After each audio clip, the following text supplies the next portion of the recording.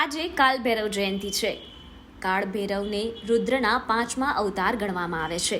આજના દિવસે ખાસ કરીને કાળભૈરવની ઉપાસના જીવનના રક્ષણ માટે અને પરિવારના રક્ષણ માટે તેમજ અનિષ્ટતા ઉપદ્રવ નિવારણ માટે કરવામાં આવે છે.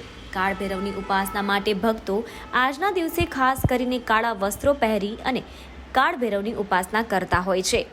ભક્તો આજના દિવસે કાળા અડદ, સુખડી અને સરસવનું તેલ કાળભૈરવને અર્પણ કરે છે.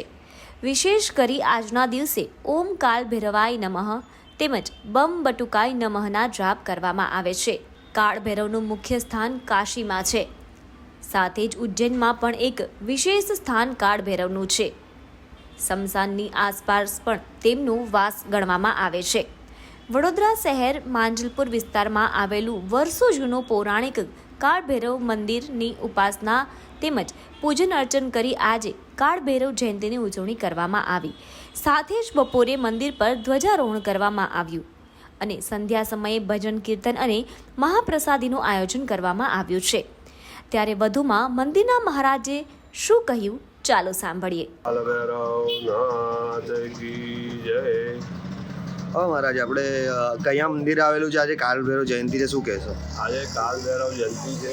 કાલભૈરવ દાદાનો જન્મદિવસ છે અને આ મંદિર માંજલપુરની અંદર અવધૂત ફાટકની પાસે લક્ષ્મીનારાયણ મંદિરની પાસે સામે આવેલું છે, આત્મીય ધામની જોડે, બરાબર છે.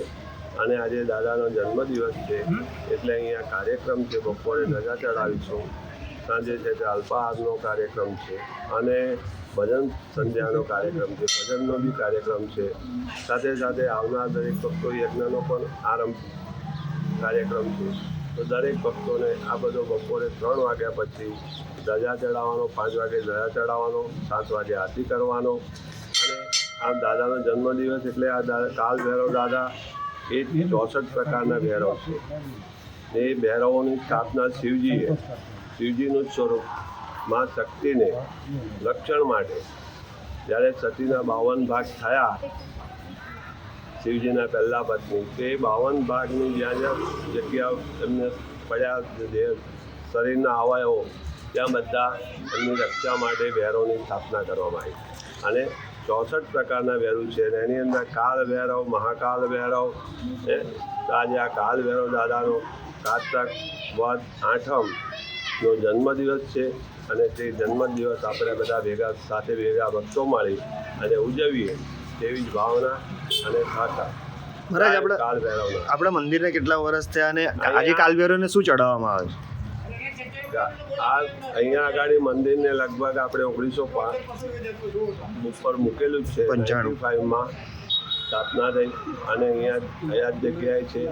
અને કાલભૈરવ દાદા જે છે ને એ 3 પ્રકારના ગુણોવાળા છે, સત્વગુણ, રજોગુણ અને તમોગુણ. એટલે જે ભક્તોની જેવી ભાવના હોય તે પ્રમાણે એમને નૈવેદ્યને પ્રસાદ ધરાવતો હોય.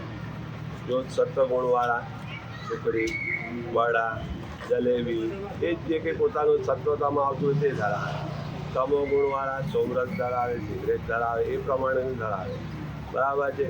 બાકી ખરેખર સાત્વિક ને રજોગુણવાળા અહમ ભાવના ધન છે, એનાથી વિશેષ કંઈક લઈને આવીને ધરાવે. જેવી જેની ભાવના હોય, આ 3 પ્રકારના જ લોકો છે. અને આ દેવની અંદર 3 પ્રકારના ભક્તો એમને ભજે છે એટલે 3 પ્રકારના નૈવેદ્ય દરેક ભક્તો ધરાવે છે.